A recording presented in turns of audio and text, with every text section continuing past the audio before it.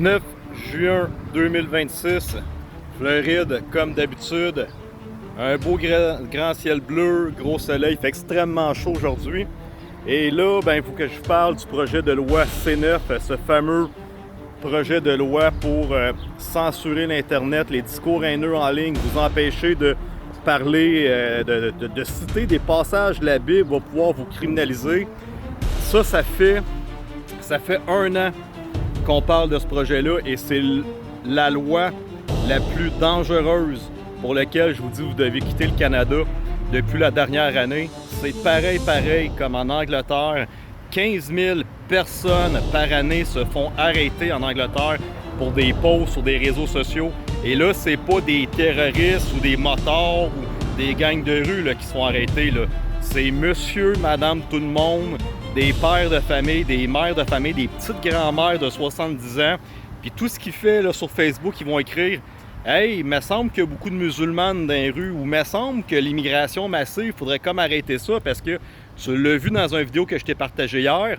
250 000 fillettes, des enfants, des adolescentes au Royaume-Uni sont pris dans des scandales de viol collectif par les immigrants massifs. 250 000.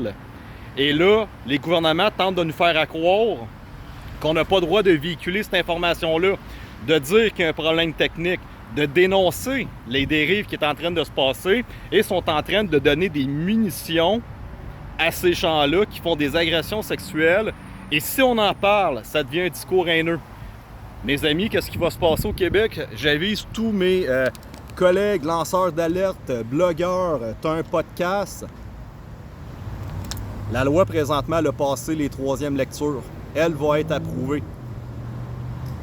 Tout ce que tu vas dire sur les réseaux sociaux va être passible d'actes criminels. Ils vont cibler en premier, bien entendu, ceux qui ont des bonnes chaînes YouTube, des gros TikTok, des podcasts. Les lanceurs d'alerte, vous allez être les premiers à vous faire arrêter. Et là, si tu avais le rêve un jour de te sauver aux États-Unis pour la liberté, des gens heureux, là, une belle température, du soleil, de la bonne énergie, tu sais, vivre normalement, là, sans se faire chier, d'être tout le temps omniprésent, surveillé. La journée que la Sûreté du Québec ou la police va venir cogner chez toi et dire « Oui, excuse-moi, tu as eu des propos ambigus sur les réseaux sociaux, puis tu as des accusations contre toi », tu vas être pris dans le système judiciaire et tu ne peux pas déménager. Tu ne pourras pas venir aux États-Unis, tu ne pourras pas entamer un processus d'immigration si tu es en pending de procédure judiciaire. Donc, tu es fait bien raide. Donc, je t'invite. Il ne te reste pas grand temps. Tu crisses ton camp du Canada. Parce que qu'est-ce qui va se mettre en place? Il faut arrêter de penser que tout à coup, tout le monde va se faire les white hats, puis tout le monde sont en train de sauver la planète, puis il n'y en a pas de problème.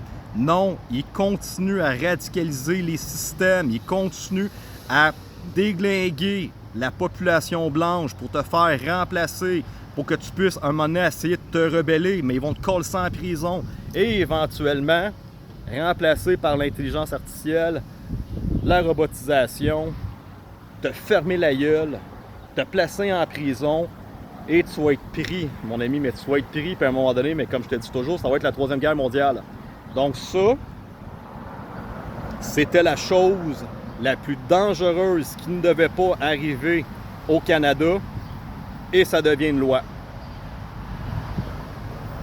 T'es rendu, mon ami, dans un pays 100% communiste. L'Union soviétique est à tes portes. Vous allez voir, il y a bien du monde qui vont se faire arrêter puis vous allez être assez surpris.